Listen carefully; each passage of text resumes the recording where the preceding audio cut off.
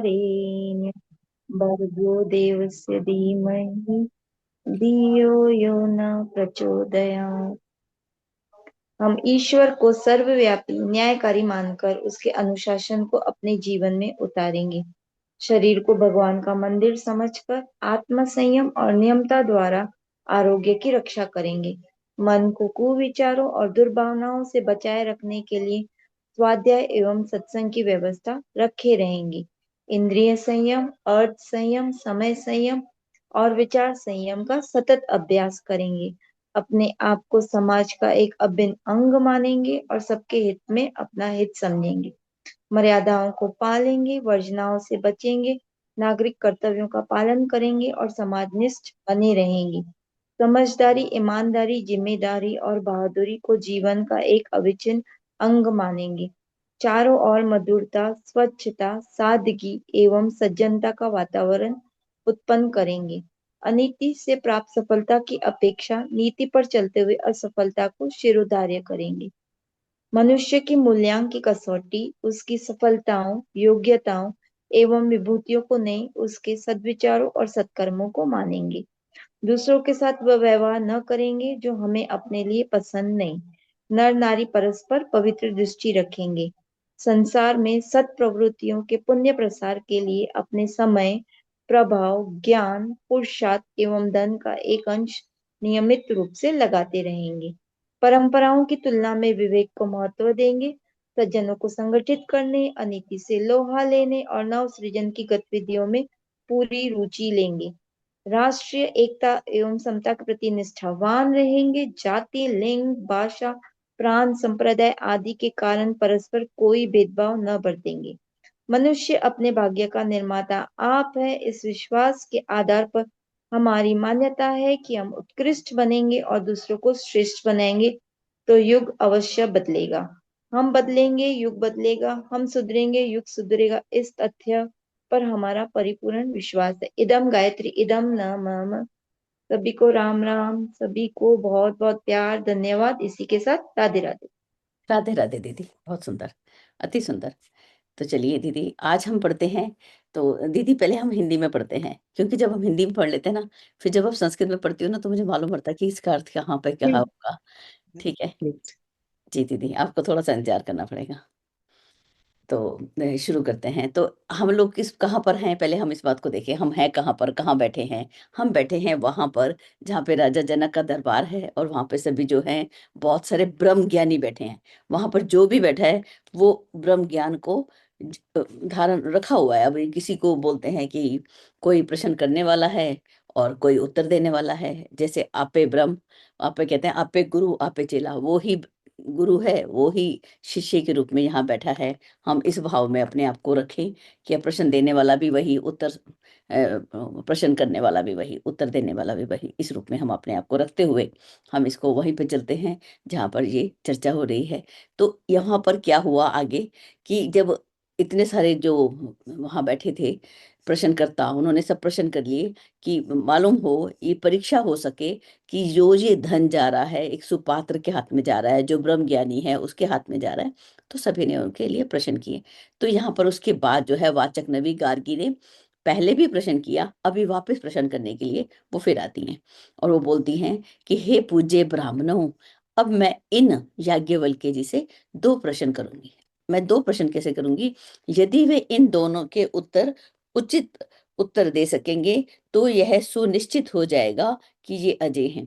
अगर ये दोनों प्रश्नों के उत्तर अगर सही सही दे देंगे, तब हम जान जाएंगे, ये निश्चित हो जाएगा कि ये अजय हैं, इनको नहीं जीता जा सकता।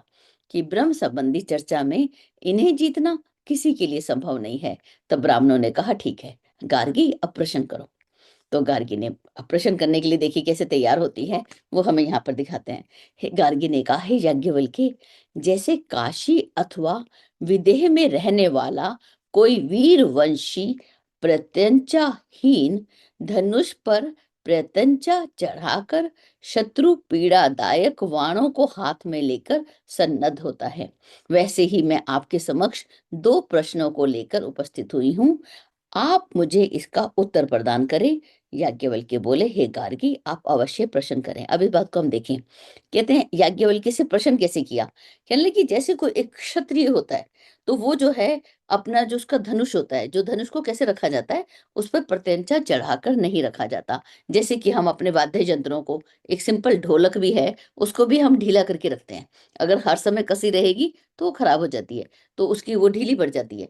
तो इसलिए उसको प्रत्यंचा को, यहाँ पर वो बोल रही है प्रत्यंचा को चढ़ाकर, और उसके ऊपर ऐसे वाण रखे हुए हैं जो कि बड़े पीड़ादायक है। वो इस प्रकार से लेके जैसे वो खड़ा होता है, ऐसे ही मैं आपके सामने दो प्रश्नों को लेकर खड़ी हूं, आप मुझे उसका उत्तर दें। तो याज्ञवल्क्य बोले, ठीक है, पूछिए मेरे से प्रश्न, आप क्या पूछती हैं। तो देखिए यहाँ पे गार्गी ने प्रश्न कौन सा पूछा, जैसे पहला था उसी से संबंधित सा लगता है मुझे। गार्गी ने पूछा, है याज्ञवल्क्य, अब देखिए प्रश्न, जो ध्युलोक से ऊपर है, जो पृथ्वी लोक से नीचे है, और ध्युव और पृथ्वी के ठीक बीच में स्थित है, जो स्वतः ध्युव और पृथ्वी लोक है, जो स्वयं भूत भविष्यत और वर्तमान है, वो किसमें ओतप्रोत है। अब इतना बड़ा जो देखा जाए, जो अभी किस ओतप्रोत मैंने, उसके वो किसमें ओतप्रोत है, ऐसी कौन सी चीज है, ये सब उसके अंदर है। ध्युलोक भी उसके अंदर, ऊपर मैक्सिमम चले ऊपर तो ध्युलोक से भी ऊपर, नीचे जाएं तो पृथ्वी से लोक से भी नीचे, सब टोटल हम देखें, पृथ्वी लोक से नीचे पाताल लोक, सभी लोक जो हैं, सातों लोक, अगर हम इसको समझे, सात लोक नीचे, सात लोक ऊपर, सभी उसने कवर कर लिया। और साथ में ध्युलोक और पृथ्वी के बीच में जो स्थित है। और अगली लाइन जो वो बोलती है कि जो स्वयं अपने आप ही ध्युलोक और पृथ्वीलोक है, उससे अलग कुछ नहीं, और जो स्वयं ही तीनों काल है, अब ये तीनों काल, भूत है, भविष्य काल, वर्तमान, वह किसमें ओतप्रोत है, क्या है ऐसा जो सब कुछ उसी के अंदर है। तो याज्ञवल्क्य ने कहा, हे गार्गी, अब उसी के प्रश्न को यहाँ दोहराते हुए, अब देखिए कितने उन्होंने उत्तर दिया, कैसे, इसी प्रश्न को दोहराया। कहते हैं, ध्युलोक से ऊपर, पृथ्वी से नीचे, ध्युव और पृथ्वी के मध्य भाग में जो स्थित है, जो स्वयं भी जो ध्युव और पृथ्वी है, जो भूत भविष्य वर्तमान कहलाता है, वह आकाश में ओतप्रोत है। तो उत्तर कितना सा है, ये वाला, आकाशे तद ओतम च प्रोतम च इति। तो ये जो है इतना। अब स होवाच नमस्ते अस्तु। अब याज्ञवल्क्य, अब गार्गी बोलती है कि हे याज्ञवल्क्य, आपको नमस्कार है, कि अब उनको, कि उनका एक धन्यवाद के रूप में, अब हम एक नमस्कार कर रहे हैं सबके बीच में, कि आपको नमस्कार है, आपने मेरे प्रश्न का उत्तर दिया है, ठीक है, अब दूसरे प्रश्न का उत्तर भी दीजिए। याज्ञवल्क्य ने कहा, ठीक है, उसे भी पूछिए। तो गार्गी ने सेम वही जो प्रश्न था उसी को वापस दोहराते हुए देखिए क्या बोला। गार्गी ने कहा, जो ध्युलोक से ऊपर, पृथ्वी लोक के नीचे, ध्युव और पृथ्वी के मध्य, और जो स्वयं भी ध्युव और पृथ्वी है, जिसे भूत भविष्य और वर्तमान कहा जाता है, वह किसमें ओतप्रोत है। तो ऋषि याज्ञवल्क्य बोले, हे गार्गी, वही प्रश्न चल रहा है यहाँ पर, तो कुछ नया नहीं आया। हाँ, वो जो, हाँ, इतना पूरे प्रश्न को दोहराते हुए बोलती है कि वह किसमें ओतप्रोत है। तो याज्ञवल्क्य उसी के प्रश्न को फिर दोहराया हुआ दिख रहा है। ऋषि याज्ञवल्क्य बोले, हे गार्गी, जो ध्युलोक से ऊपर, पृथ्वी लोक से नीचे, ध्युव और पृथ्वी के मध्य अवस्थित है, जो स्वयं ही ध्युव और पृथ्वी है, जिन्हें भूत भविष्य वर्तमान कहा जाता है, वह आकाश में ओतप्रोत है। तो अब प्रश्न क्या है, तो फिर आकाश किस में ओतप्रोत है। तो ये जो गार्गी ने ये जो प्रश्न किया है, यहाँ पे प्रश्नकर्ता, यहाँ पे लग रहा है ऋषि याज्ञवल्क्य बोले, लेकिन ये प्रश्न किस में आया है, तो प्रश्न कौन करता है, ये तो गार्गी प्रश्न करता है, ठीक है। गार्गी ने प्रश्न किया कि वह, तो वो आकाश जिसमें आपने बोला कि सब कुछ आकाश में है, तो आकाश किसमें ओतप्रोत है। तो ये पुण्य प्रश्न जो है, ये गार्गी का प्रश्न है, ठीक है। तो देखिए इस पे, यहाँ पे सा होगा फिर, मालूम नहीं, चलिए आगे। तो 8वें श्लोक को देखते हैं। अब इसका जो ये उत्तर है ना, इसको बड़े ध्यान से हमने पढ़ना है, ठीक है। याज्ञवल्क्य ने उत्तर दिया, कहते हैं, गार्गी, उस तत्व को ब्रह्मवेता अक्षर कहते हैं। अब यहाँ पर सामान्य रूप से नहीं कहा कि उस तत्व को अक्षर कहते हैं, ऐसा नहीं, एक प्रमाण देते हुए, शब्दों का प्रमाण देते हुए कि हाँ, जो ब्रह्म ज्ञानी है, ब्रह्म वेता है, उस तत्व को क्या बोलते हैं? अक्षर बोलते हैं। उसका क्षय नहीं होता। वो कैसा है? वो न स्थूल है, वो स्थूल नहीं है। जो स्थूल होता है उसको हम छू सकते हैं, उसको हम आंखों से देख सकते हैं, लेकिन ये जो अक्षर ब्रह्म है, जो परमात्मा जिसकी बात हो रही है यहाँ पर, जिसके अंदर ये आकाश ओतप्रोत है, वो कैसा है? वो स्थूल नहीं है, क्योंकि हम इसे शब्द स्पर्श किसी भी तरीके से हम इसको देख नहीं सकते, समझ नहीं सकते। न सूक्ष्म है। अब हम बोलते हैं कि वो सूक्ष्म से अति सूक्ष्म है। मैंने कल इसको बहुत सुंदर नोट किया था, ये रहा, कि वो सूक्ष्म भी नहीं है। हम कहते हैं कि वो अणोरयान, महतोमयान, कि वो तो बहुत सूक्ष्म से सूक्ष्म है, लेकिन वो किस संदर्भ में कहते हैं? वो न सूक्ष्म है। एक बार इसको रीडिंग करते हैं, फिर समझते हैं। न छोटा है, न लंबा है, न लाल है, न चिकना है, स्नेहिल, न छाया है, न अंधकार है, न वायु है, न ही आकाश ही है, जो संग और रस से ही भी हीन है, जिसके ना नेत्र है, न कान है, न वाक है, न मन है, न तेज है, प्राण मुख माप आदि भी नहीं है। वह न अंदर है, न बाहर है, न वह कुछ भक्षण करता है, न उसे अन्य कोई भक्षण कर सकता है। अब इसको हम थोड़ा सा समझने का प्रयास करते हैं। अब इसको किस रूप में देखा? बहुत ही सुंदर। अस्थूल को हमने समझा कि वो स्थूल नहीं है, अस्थूलम, यहाँ पे अस्थूलम, कि वो स्थूल नहीं है। उसके बाद बोलते हैं अण अणु, कि वो जो है सूक्ष्म भी नहीं। सूक्ष्म कैसा है? अब इसको हम बोलें कि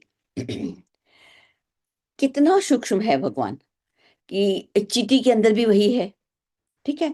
इतना सूक्ष्म कि उससे सूक्ष्म की हम कल्पना नहीं कर सकते, कि हम नहीं बोल सकते कि उससे भी सूक्ष्म कुछ हो सकता है। जब वो सूक्ष्म के रूप में है तो वो हमारे अंदर है। सूक्ष्म रूप में हम सबके अंदर, कितना भी छोटा अमीबा, पैरामीशियम, छोटी से छोटी कोशिका भी अगर हम ले लें तो उसके अंदर भी वही है। अब यहाँ पर दो शब्द आए, न छोटा है और न लंबा है। तो ये छोटा, एक जगह उन्होंने सूक्ष्म लिखा, यहाँ पे अहर्ष अदीर्घम, कि छोटा, और यहाँ पे सूक्ष्म, दोनों के संदर्भ में देखेंगे तो हम बोलेंगे कि एक, जैसे इंग्लिश में बोलते हैं, एक तो लॉन्ग और शॉर्ट, कि एक तो लंबा और छोटा, और एक हम बोलते हैं बिग एंड स्मॉल। ठीक है, दो तरह से बोलते हैं ना, लंबाई चौड़ाई के अर्थ में। इस किसी भी रूप से हम इसको समझ सकते हैं, हमारे अपनी वो है, कैसे हम समझेंगे इसको। आगे देखिए, वो बोलते हैं अलोहितम, वो लोहित भी नहीं है। अब जैसे हम बोलते हैं कि वो ईश्वर का रंग कैसा है, तो हम बोलते हैं वीर बहुटी जैसा, कितने सारे शब्द पीछे भी उपनिषदों में आए थे। तो हम लोग ये बोलेंगे कि पिछले वाले श्लोक में तो ऐसे बोला था और यहाँ पे ये बोले, तो कुछ कंफ्यूजन नहीं होना। तो वो जो है, ये लाल और पीला नीला एक प्रतीक के माध्यम से है, उसका कोई रंग नहीं है। वो अरंग, इसमें कोई रंग नहीं है इसका, अनंग, अरंग, ठीक है, इसका कोई रंग नहीं, ठीक है। आगे अलोहितम यहाँ पे आया। आगे बोलते हैं अस्नेहम, अस्नेहम का मतलब कि वो चिकना भी नहीं है। जैसे स्नेह हम किसको, घी जो हम देते हैं वसुधारा, उसको किसके लिए होती है? वो कि हम जो है, हमारे अंदर स्नेह भाव भरे, चिकनाई बढ़े, कि हम, जैसे वो आया था, संत हृदय नवनीत समाना, कि संत का हृदय तो कैसा होता है? नवनीत के समान होता है भाई। आगे तुलसीदास जी लिखते हैं कि नहीं, वो तो नवनीत से भी ज्यादा कोमल होता है, क्योंकि माखन, नवनीत का अर्थ माखन, कि मक्खन को तो पिघलाना पड़ता है, संत का हृदय तो बिना पिघलाए ही किसी के दुख को देखते ही पिघल जाता है। तो हम कैसे बने? स्नेहिल बने। लेकिन क्या वो ईश्वर स्नेहिल है? तो वो बोलते हैं नहीं, वो उससे भी ऊपर है, नहीं वो भी, वो चिकना भी नहीं है। आगे और, अब इसके और कितने भी तरीके से हम इसको समझ सकते हैं, ये हमारे अपनी सोच के हिसाब से आएगा। अछायम, कि वो छाया भी नहीं है, ठीक है। अतमह, अतमह मतलब कि वो अंधकार भी नहीं है। अब हम बोले कि वो तो अंधकार है, नहीं, वो अंधकार भी नहीं है, वो अंधकार अज्ञान से भी मुक्त है। न वायु, तो वो जो है वायु भी नहीं है, ठीक है। अब ये सारे जो हैं, वायु भी नहीं है। आकाशम, अनाकाशम, तो वो आकाश भी नहीं है। असंगम, वो कैसा है? संग। और अरसम, वो रस से भी हीन है। अब वो कैसा है, जिसके न नेत्र हैं, न कान है, न वाक है, न मन है।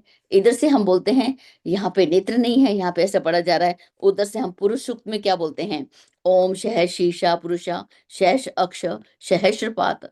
वो क्या है, उसके सहस्र उसके सिर हैं, उसके सहस्र अक्षु हैं। वहां तो हम ऐसे बोल रहे हैं उसकी इतनी आंखें हैं, लेकिन इसके अर्थ को अगर हम देखें तो उसके अंदर हम ऐसा सोच सकते हैं, उसकी इतनी शक्ति है जितनी कि कोई 1000 व्यक्तियों को इकट्ठा कर दिया जाए, जितनी शक्ति बनती है वो उससे भी बड़ा है। 1000 सिरों को, रावण के तो सिर्फ 10 सिर थे, और यहाँ पे वो परमात्मा के सिर कितने, सहस्र शीर्षा, कि वो उसके अंदर इतना ज्ञान था जितना 10 व्यक्तियों में होता है। लेकिन ईश्वर के अंदर कितना ज्ञान है, जितना हजारों हजारों हम कितनी कल्पना कर सकें उससे ऊपर है। ये हमारी सोचने की, इस तरीके से हम इसको ले सकते हैं। अनेक रहस्य है ये तो। एक न तेज है, वो तेज भी नहीं है। वो प्राण, वो कहते हैं अप्राणम, प्राण भी नहीं है। अमुखम, उसका कोई मुख भी नहीं है। ठीक है।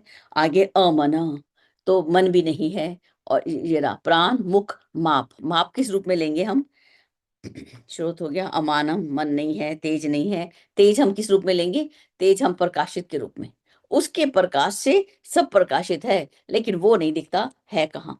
जिसके प्रकाश, वो इतना प्रकाश है, उससे सब प्रकाशित है, लेकिन हम उसको देख नहीं सकते। वो स्वयं अपने आप को प्रकाशित नहीं करता। लेकिन गुरुदेव लिखते हैं, आचार्य जी लिखते हैं, उसमें कई सूत्रों में आता है कि जब हम सुपात्र बन जाते हैं, ठीक है, हमारे ज्ञान जो है उन्नत हो जाता है, उसको हम क्या होगा, वो स्वयं अपने आप प्रकाशित कर सकता है, प्रकाशित कर देता है। ये मुंडक उपनिषद में आया था, नायम आत्मा प्रवचन लभ्यो, उसके अंदर जरूर आया है। हम उसको यहाँ पे ऐड कर सकते हैं कि वो अपने आप से प्रकाशित करे तो करे, अन्यथा हम उसको नहीं देख सकते। ठीक है, स्वयं ही अपने आप को सुपात्र के सामने प्रकाशित कर देता है। आगे देखते हैं, अप्राणम, वो प्राण भी नहीं है। अमुखम, मुख भी नहीं है। अमापम, अब यहाँ पे माप लिखा, माप भी नहीं है। अब माप को भी हम समझेंगे, जो थोड़ा थोड़ा समझ आता गया दीदी। तो माप कैसे है कि हम उसको, जैसे हम माप लेते हैं एक क्वांटिटी, कितना कितना है, इसकी क्वांटिटी कितनी है, आधा लीटर है, 1 लीटर है, 1 किलो है, 2 किलो है। कुछ तो भार है, कुछ तो मात्रा है। कुछ भी नहीं, वो उससे भी ऊपर है, उसको हम मापा नहीं जा सकता। अब वो बोलते हैं हमारे अंदर है, वो बाहर है, तो वो लिखते हैं वह ना अंदर है ना बाहर है, न वह कुछ भक्षण करता है और न उसे एक अन्य कोई भक्षण कर सकता है। तो ये भी यहाँ पे लिखा। वो यहाँ पे अंदर और बाहर के संदर्भ को देखेंगे तो उसमें देखेंगे कि अब जब हम अपने अंदर लें, सबके अंदर वो सूक्ष्मता की बात हमने पहले भी की है। वो इतना सूक्ष्म कि उससे सूक्ष्म कोई नहीं, वो इतना बड़ा कि उससे बड़ा कोई नहीं। इस रूप में हम इसको ले सकते हैं। ठीक है, वो किसी को नहीं खाता, वो किसी को भक्षण नहीं करता, कुछ नहीं खाता। और हम समझते हैं कि ईश्वर कैसा है, मृत्यु के रूप में वो सब कुछ खा जाता है। नहीं, वो कुछ नहीं खाता। ठीक है।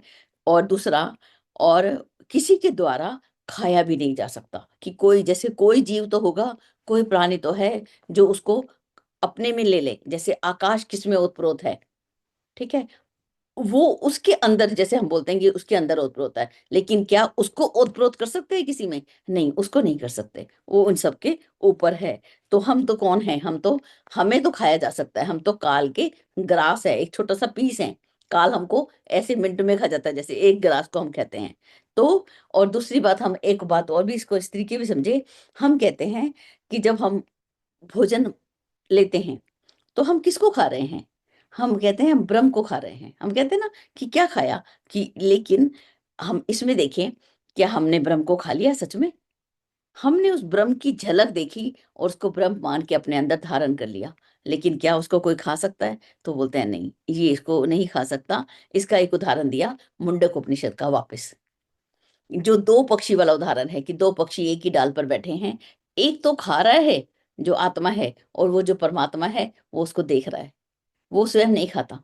तो वो उसका, देखिए प्रमाण हमें किसका लेना है, यहाँ पर हम किसके उदाहरण लेंगे, उपनिषदों के, प्रज्ञा उपनिषद का, गीता का भी हम लेते हैं साथ में। ठीक है, रामचरितमानस का, जहां से भी हमें अच्छे उदाहरण मिले हम उसको लेते हुए, प्रमाण देते हुए हम इसको चलें।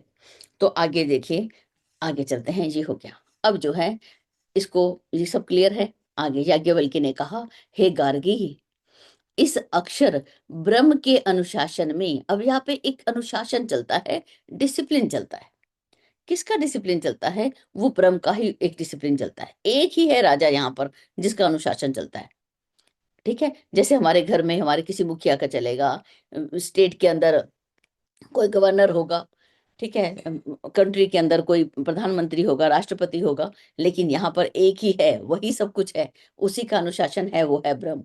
उसके अनुशासन में सूर्य, चंद्र, ध्युलोक, पृथ्वी, लोक, निमेश। निमेश किसको बोलते हैं? निमेश बोलते हैं जितना समय हमारी आंख झपकने में लगा, बंद करना खोलना, निमेश मात्र, मतलब कि समय काल को दिखाया गया।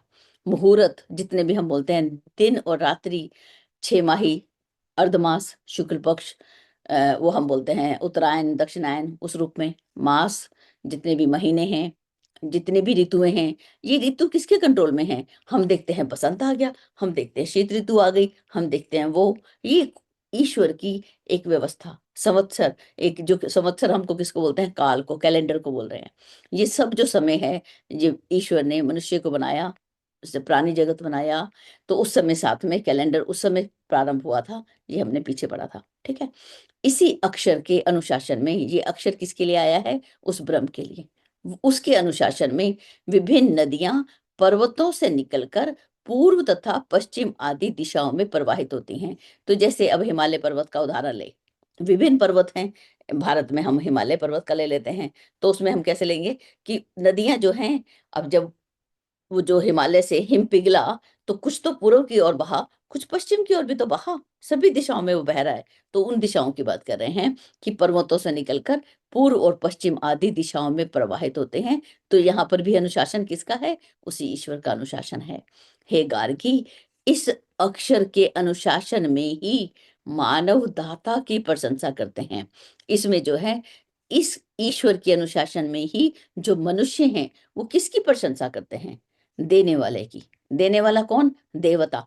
लेने वाला कौन? लेवता। इतनी सी बात अगर बालपन में अगर बच्चों को डाल देते हैं ना, तो वो तो जैसे बड़े भी होते हैं ना, तो अभी भी कहते हैं हम तो देवता, लेवता नहीं हो सकते, लेवता नहीं बनना। तो प्रशंसा किसकी होती है? जो देवता है, जो देने वाला है, अपने अंदर देवत्व को विकसित करे, मतलब देने की एक आदत डाले।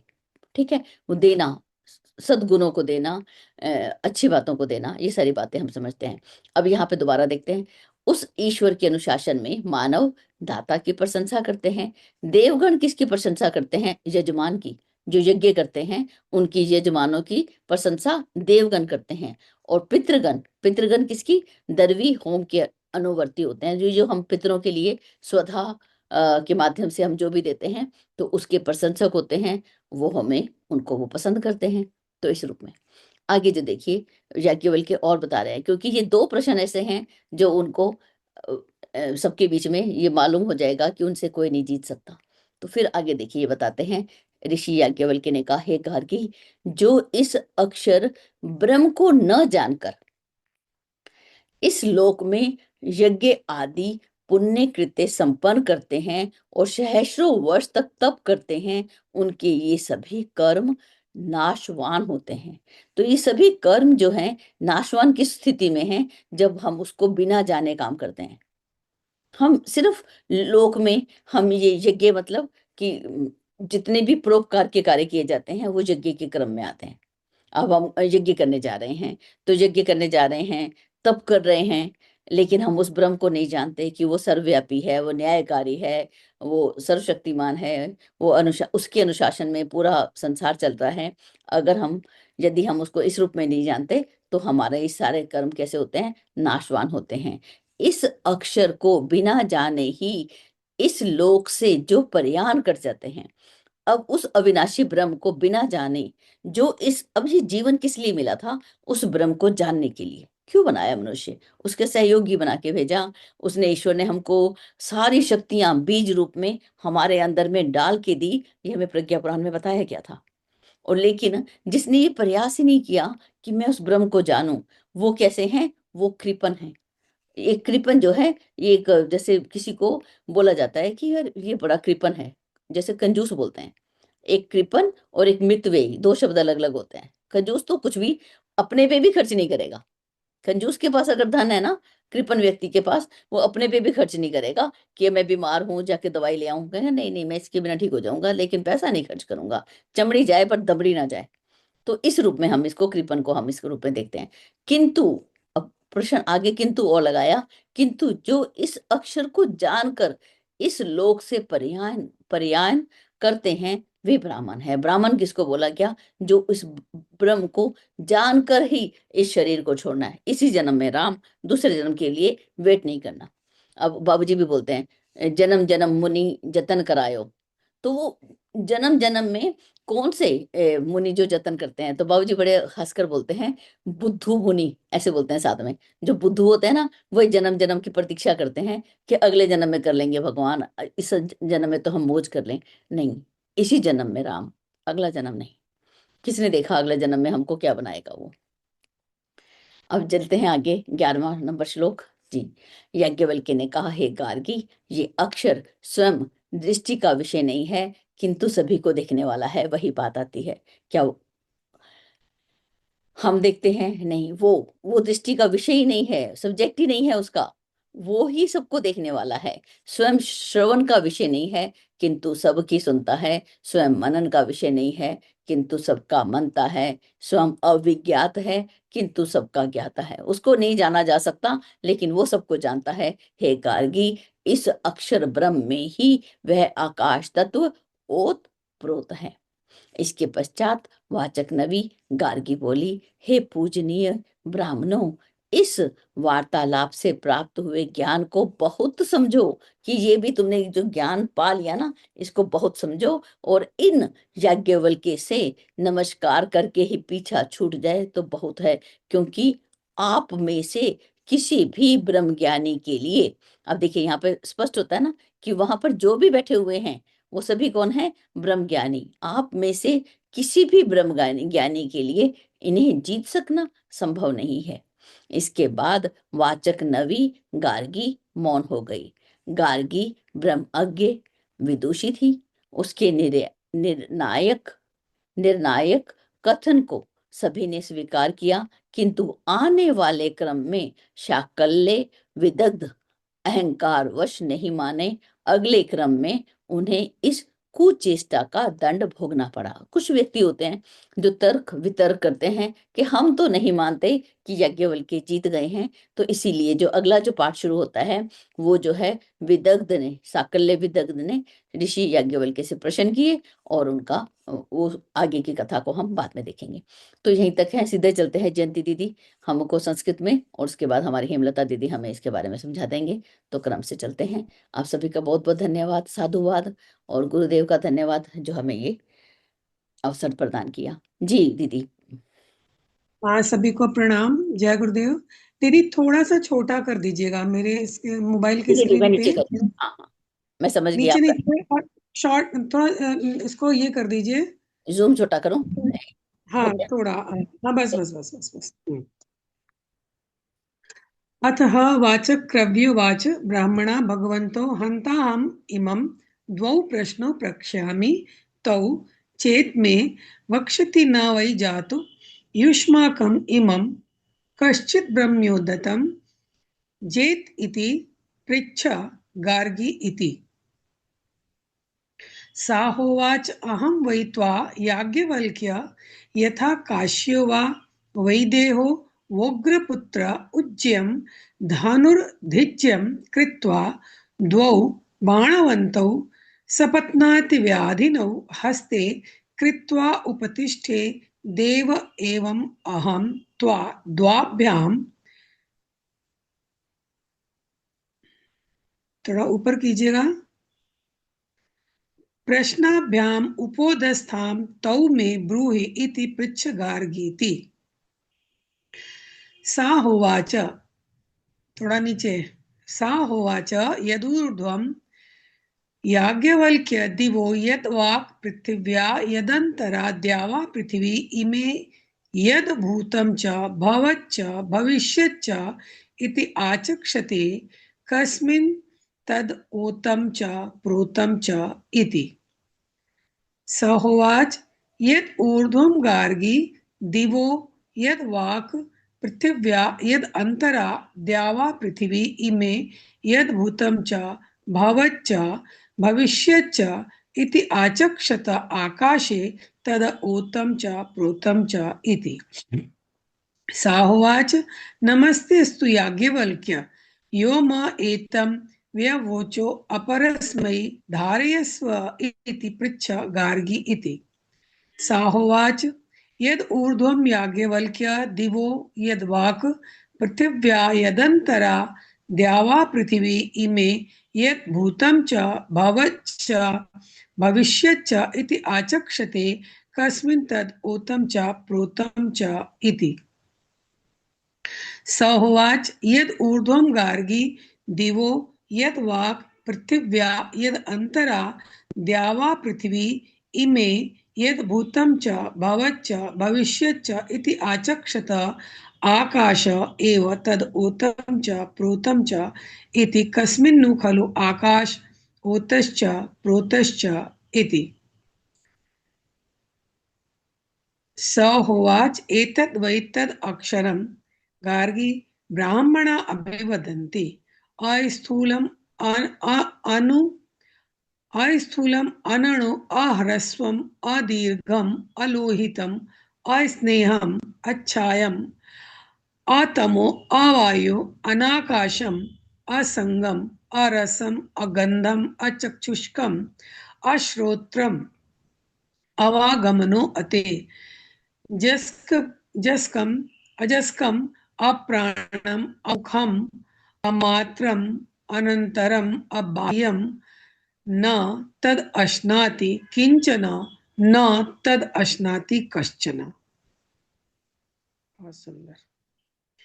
एतस्य वा अक्षरस्य प्रशासने गार्गी सूर्याचन्द्रमसौ विधृतौ तिष्ठत एतस्य वा अक्षरस्य प्रशासने गार्गी द्यावा पृथिव्यौ विधृते तिष्ठत एतस्य वा अक्षरस्य प्रशासने गार्गी निमेषा मुहूर्ता अहोरात्राणि अर्धमासा मासा ऋतवः संवत्सरा इति विधृताः तिष्ठन्ति एतस्य वा अक्षरस्य प्रशासने गार्गी प्राच्योऽन्या नद्यः स्यन्दन्ते श्वेतेभ्यः पर्वतेभ्यः प्रतीच्यो अन्या यां यां च दिशम् अन्वेतस्य वा अक्षरस्य प्रशासने गार्गी ददतो मनुष्याः प्रशंसन्ति यजमानं देवा दर्वीं पितरो अन्वायत्ताः। यो वा एतद् अक्षरं गार्ग्य विदित्वा अस्मिन् लोके जुहोति यजते तपस्तप्यते बहूनि वर्षसहस्राणि अन्तवदेवास्य तद् भवति। यो वा एतद् अक्षरं गार्ग्य विदित्वा अस्मान् लोकात् प्रैति स कृपणो अथ य एतद् अक्षरं गार्गी विदित्वा अस्मान् लोकात् प्रैति स ब्राह्मणः। वाह। तदा तद्वा एतदक्षरं गार्ग्य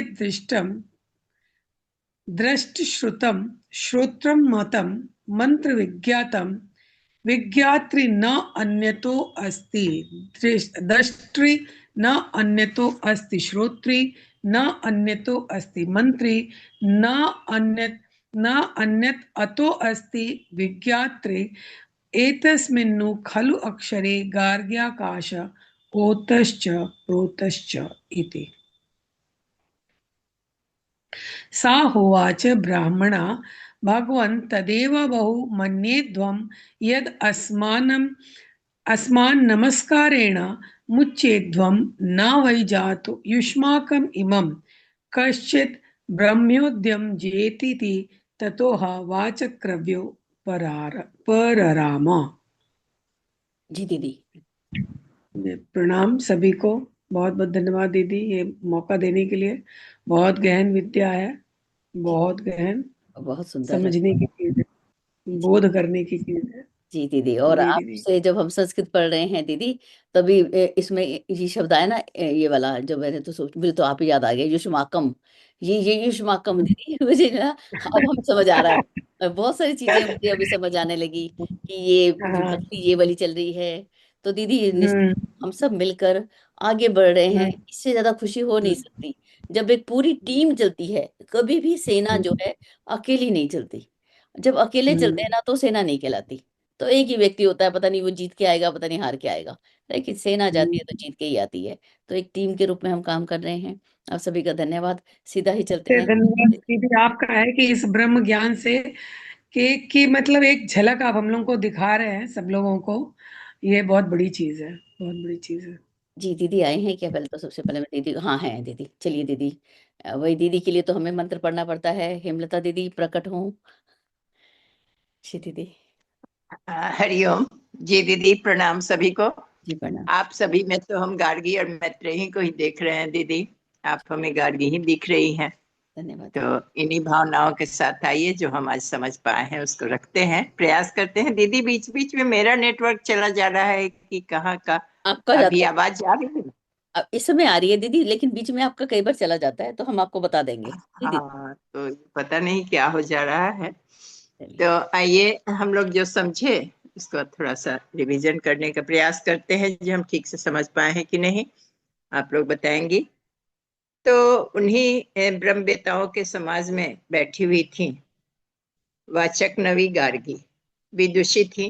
गार्गी का नाम हमने पहले भी सुना हुआ है, गुरुदेव के वांग्मय में भी स्त्रियों की जहाँ बात आती है वहां गार्गी की चर्चा आती है, वही गार्गी है ये। तो ये ब्रह्मवेता हैं, विदुषी हैं।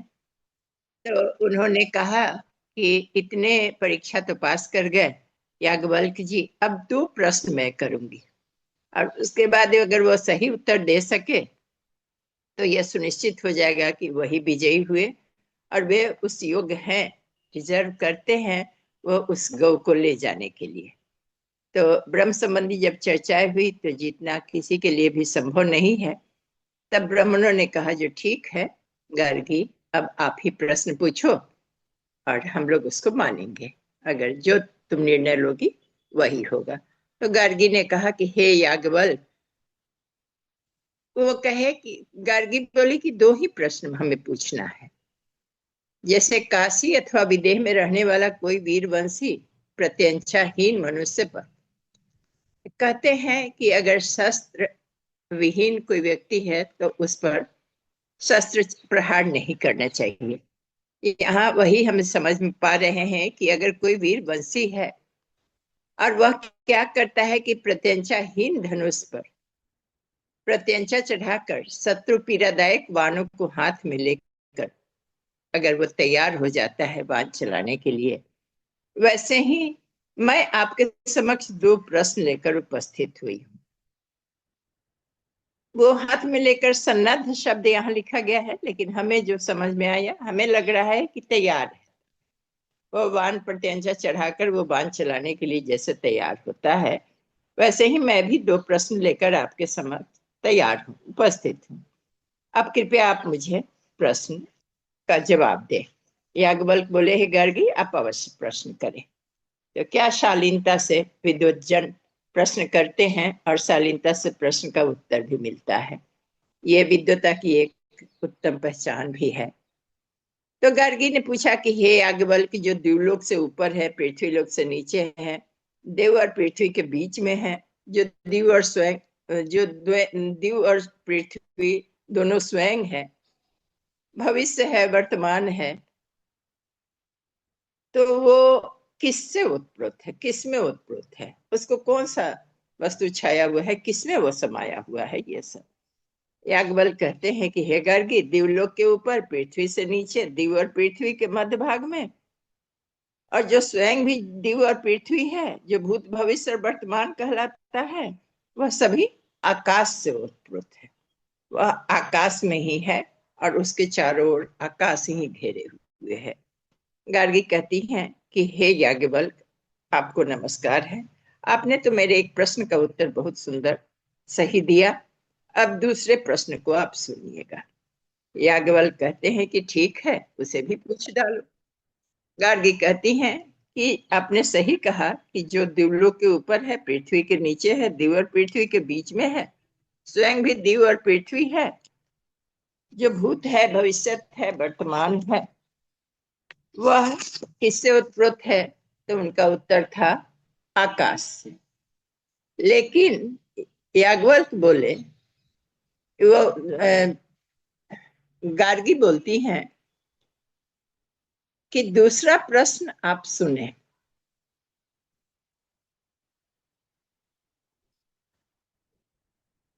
तो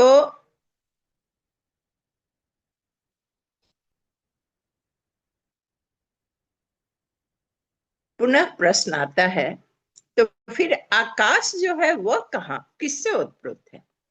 यह बात तो आपने सही कहा, लेकिन अब दूसरा प्रश्न जो है मेरा, कि जो संपूर्ण आकाश से ही आच्छादित है, तो आकाश किसमें है?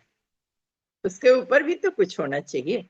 ये बड़ा महत्वपूर्ण बात है। बात तो छोटी सी है, देखने में तो लग रहा है जो सामान्य सा प्रश्न है, लेकिन ये बहुत महत्वपूर्ण प्रश्न है।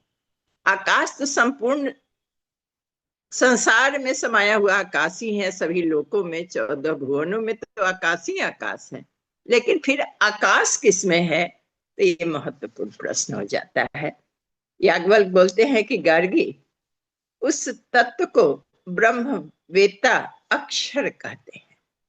अक्षर जिसका क्षय नहीं होता है, न वह स्थूल होता है, न सूक्ष्म होता है, न छोटा होता है, न लंबा होता है, न लाल होता है, न चिकना होता है, न छाया है, न अंधकार है, न वायु है। अच्छा, यहाँ एक और महत्वपूर्ण बात है, न छाया है न अंधकार है, पर प्रकाश की चर्चा नहीं हुई। वह प्रकाश स्वरूप है। न वायु है और न ही आकाश है। जो संग और रस से भी हीन है, वह कुछ भी नहीं है। वह रंगहीन, गंधहीन, स्वादहीन, सब कुछ है। वो जिसको न नेत्र है, न कान है, न वाक है, न मन है, न तेज है, न प्राण है, न मुख है।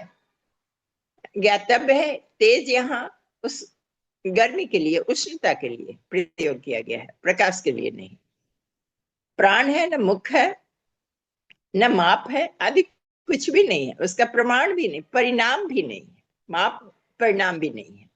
न वह अंदर है, न बाहर है, न वह कुछ भक्षण करता है और न उसे अन्य कोई भक्षण कर सकता है। तो ये सारी विशेषण सभी समझ पा रहे हैं। याज्ञवल्क्य कहते हैं कि हे गार्गी, इस अक्षर ब्रह्म के अनुशासन में, अब यहाँ पर ब्रह्म का भी साथ में संयोग कर दिए, वो क्षय नहीं होने वाला जो ब्रह्म है, उसी के अनुशासन में सूर्य, चंद्र, दिवलोक, पृथ्वी लोक, निमेष, मुहूर्त, दिवा, रात्रि, अर्धमास, मास, ऋतु, संवत्सर, सभी उसी में के अंतर्गत है। इसी अक्षर के अनुशासन में विभिन्न नदियां पर्वतों से निकलकर पूरब से पश्चिम दिशाओं में प्रवाहित होती रहती है। हे गार्गी, इस अक्षर के अनुशासन में ही मानव दाता की प्रशंसा करते हैं। मनुष्य जो है सो कहता है, हे दाता, दे दाता के नाम तुझको अल्लाह रखे।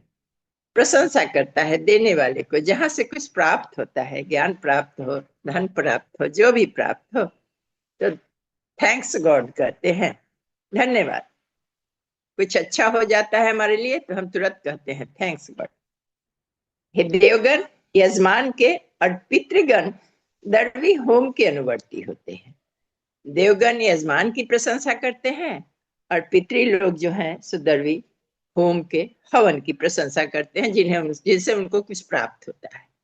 तो किसकी प्रशंसा करते हैं? उसी अक्षर की प्रशंसा करते हैं। अक्षर कौन है? वह ब्रह्म है, उसी का तो क्षय नहीं होता है। ऋषि याज्ञवल्क्य कहते हैं कि हे गार्गी, जो इस अक्षर ब्रह्म को न जानकर इस लोक में यज्ञ आदि पुण्य कृत्य कुछ भी करता है, सहस्त्रों वर्ष तक अगर तब भी करता है तो सभी नाशवान हो जाता है, उसका कोई लाभ उसे नहीं मिलता है। इसलिए ये जान कर करना चाहिए।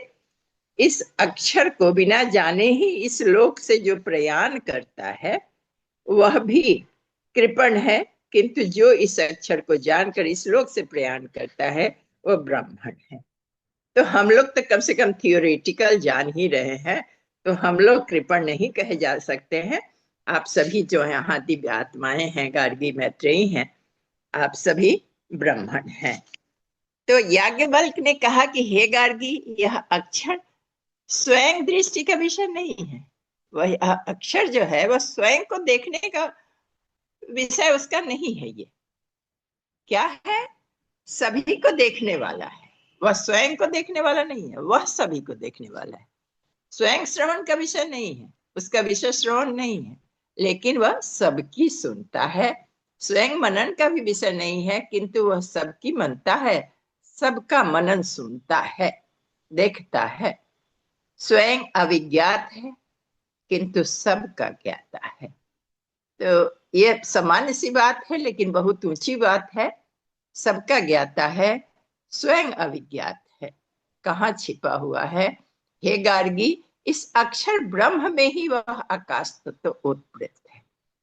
तो आकाश से भी विराट हो गया, उसी विराट के अंतर्गत यह सभी समाया हुआ है। इसके पश्चात वाक्नवी गार्गी बोलती हैं, हे पूजनीय ब्राह्मणों, इस वार्तालाप से जो हमें ज्ञान हुआ है वह उसको समझो, वह बहुत है, वही पूरा हो गया। इस याज्ञ बल से नमस्कार करके ही पीछा छूट जाए तो बहुत अच्छा है, क्योंकि इनमें से आप में से कोई भी यही समझो कि इसके ब्रह्मगानी के लिए इनको जीत सकना संभव नहीं है। आप सब में से कोई इनके इतना जानकार नहीं है, ब्रह्मज्ञानी नहीं है। तो इसके बाद वाचक नवी ने गार्गी मौन हो गई। यहाँ बताया जा रहा है नोट में कि गार्गी ब्रह्मज्ञ विदुषी थी, वह ब्रह्मवेता थी, वह ब्रह्म की जानकार थी। उसके निर्णायक कथन को सभी ने स्वीकार किया, किंतु आने वाले इन खंडों में, नवम ब्राह्मण में, दसम ब्राह्मण में, हम लोग पाएंगे कि उसमें भी साकल्य विदग्ध अहंकार वश नहीं मानते हैं उसको। तो कुछ तो कुतर्की होते ही हैं सभी जगह। अगले क्रम में उन्हें उस कुचेष्टा का दंड भी भोगना पड़ा है, ऐसा हम लोग पढ़ेंगे। नोट से समझे। धन्यवाद, प्रणाम। यही समझ पाए दीदी। सभी को बहुत बहुत आभार, शुभकामनाएं जी नए दीदी। वर्ष की। जी दीदी, प्रणाम दीदी, धन्यवाद दीदी। जी, हम में से और भी कोई अगर व्याख्या करना चाहता है तो आपका स्वागत है। हमारे पास हैं 13 मिनट हमारे पास हैं, और आप बोलना चाहते हैं, कोई प्रश्न है दीदी से तो आप सब कर सकते हैं, और यदि कोई व्याख्या करना चाहता है तो करिए, नहीं तो और रिकॉर्डिंग को आप कहेंगे मैं स्टॉप कर दूं, बताइए। और दीदी, आप जो हमें पढ़ाने वाले हैं, हमें एक स्टूडेंट मिला है, कीर्ति नाम की बच्ची है, फरीदाबाद में रहती है। तो आपकी पुस्तक के बारे में मैंने उससे पूछा था, तो उसने बोला कि वो पुस्तक मंगा लेगी और हम सबको पीडीएफ डाल दिया करेगी, और जैसे जैसे वो संस्कृत का वही डालती है, हम लोग, मैं नहीं डालती। तो मैं रिकॉर्डिंग स्टॉप कर दो पहले। थोड़ा थोड़ा हम लोग समय समय